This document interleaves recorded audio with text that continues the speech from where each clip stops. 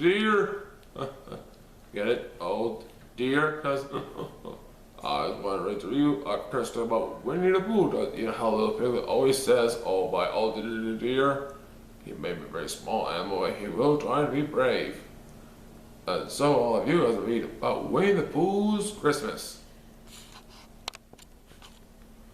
It was the night before Christmas, and Winnie the Pooh's nose was pressed flat against the window pane. He was gazing out at the snow hushing in the 100-acre wood, gathering cozy like bedclothes around the house where he lived. I'm very glad to see you, Pooh chuckled to the bump snowflakes drifting past. You're just in time for Christmas, which if you must be in time for something, is something very nice to be in time for. Pooh turned to take a look at his house full of decorations. Let me see a tree, some candles. Let me see a tree and some candles. He strapped his head inside. There seems to be something missing. All at once, Pooh heard a rattle of very small knocks at his front door.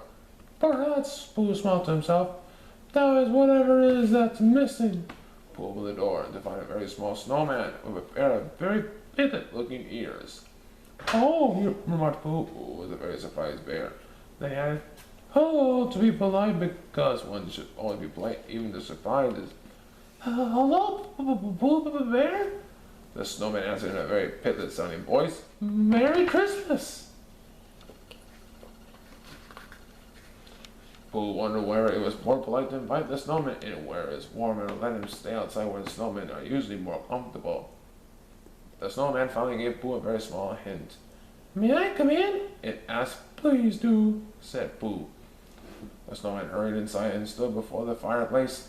The only thing I don't like about Christmas, said the snowman, it's very small thing is that my ears get so very cold. I can imagine, replied Pooh, who could not imagine a snowman's ears being anything but cold. The snowman stood shivering in front of the fire, and with every tremble and quiver, began to look less and less like a snowman and more like Piglet. Well, hello, Piglet, blurted Pooh, delighted to see his very best friend standing in the puddle of water on the hearth where a snowman had stood just moments before. If I had known it was you, I would have invited you in. Piglet smiled up at his friend. Oh, Pooh, you did invite me in. You knew it was me all along. Well, of course I did, Piglet, responded Pooh, scratching his head. I just didn't know I knew until this particular moment. My, Piglet in wonder as he gazed up at Pooh's Christmas tree, glittering golden in the candlelight, glowing candles on from its branches, each nestled in its own honey pot. I never seen so many candles on one tree. Well, exclaimed Pooh, there seemed to be a great amount and the empty honey pots used for candle holders. And there was a great deal of extra room on the tree because the popcorn didn't seem to get strung. Would I have you seen the popcorn, Pooh? Piglet asked. Oh, yes, Piglet, I like that very much, answered Pooh. That is, if there weren't popcorn left to stream, which there isn't. Oh dear, said Piglet. He looked around nervously, leaned close to Pooh, and whispered, what happened to it all? Pooh whispered back. I was tasting to make sure it was properly popped. And by the time I was sure, Pooh shrugged and sighed. It was all gone, I do, however, I still have a stream.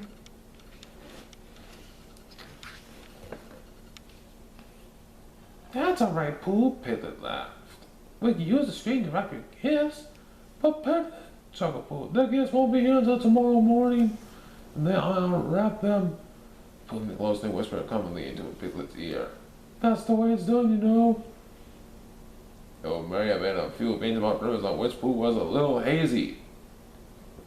But opening presents wasn't one of them. No, Pooh, I mean, how you wrap the presents you're going to give? Pooh's smile disappeared. Oh, he said quietly. Those gifts. Then even more quietly he added. Oh, Mama. What's the matter, Pooh? He asked.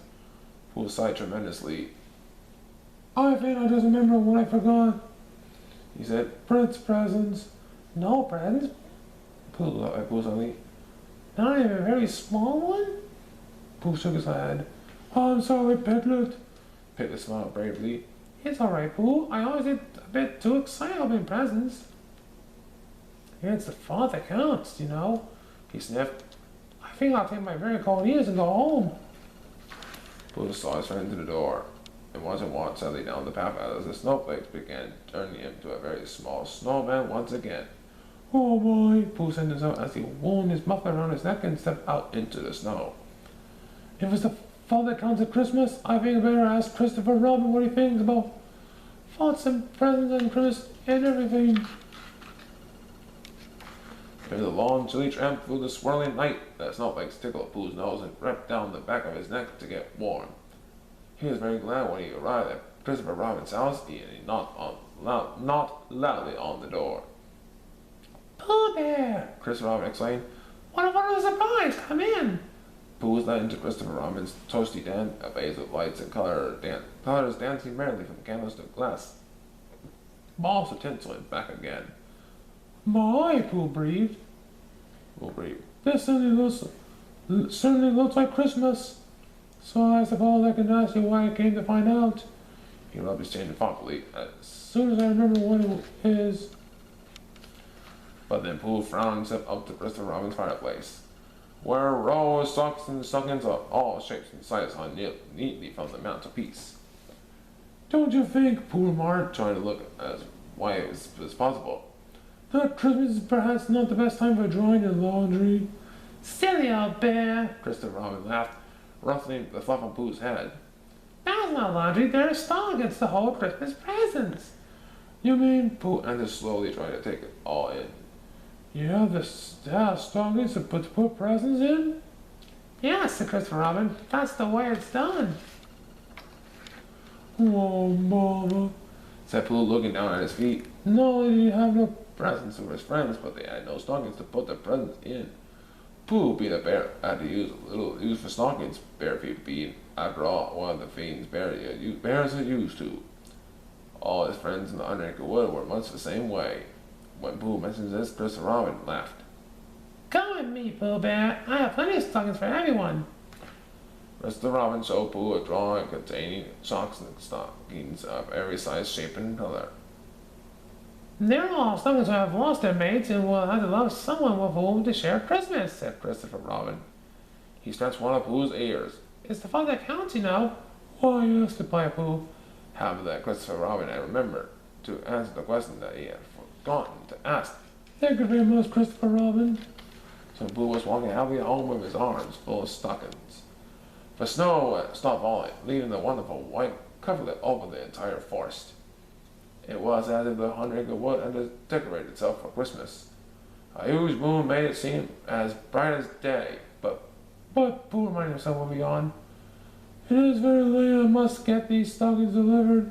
He considered for a moment. I must get everyone presents too, of course, but the stockings come first. And so Pooh, being as quiet as the soft night around him, crept to his friends' homes one by one and left a stocking with a note from Pooh, hanging from each one's mantle. First, of course, there was Piglet's house, where Pooh placed a very small stocking. He then left a striped one for Titter, because he was sure it was that sort of stocking Titter's liked best. Pooh left a very bright orange one at Rabbit's house. Eeyore got the warmest and friendliest stocking Pooh could find. Gopher received a long, dark stocking. Pooh thought it was what the tunnel would look like if the tunnel were a stocking. Finally, Owl was given a stocking the color of the sky, in which Pooh thought it would like to fly if he were Owl. It was very, very late when Pooh nailed his own honey-colored stocking to its very own mantelpiece.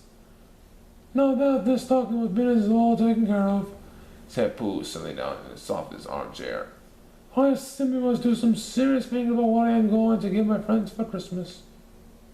Pooh closed his eyes, and so neither his snoring nor the sun rising over the 100-acre wood would disturb his thoughts. If Pooh did not stop his deep thinking or loud snoring until a knock sounded at his door, accompanied by a chorus of Merry Christmas, Pooh Bear! Pooh opened his eyes and glanced about anxiously. Oh no, he thought. My friends are here for Christmas. I have no presents for any of them. There's only one thing to do, he told himself sternly. I shall simply have to tell my friends I'm sorry. But I only thought about presents for them. Pooh opened his door and started to apologize. But before he could say a word, all his friends, Piglet, did a rabbit, Gopher, Eeyore, and Owl, all thanking Pooh at once for his thoughtful gifts. Piglet was wearing a new stocking cap. My ears are very grateful, Pooh Bear. It was exactly what I wanted.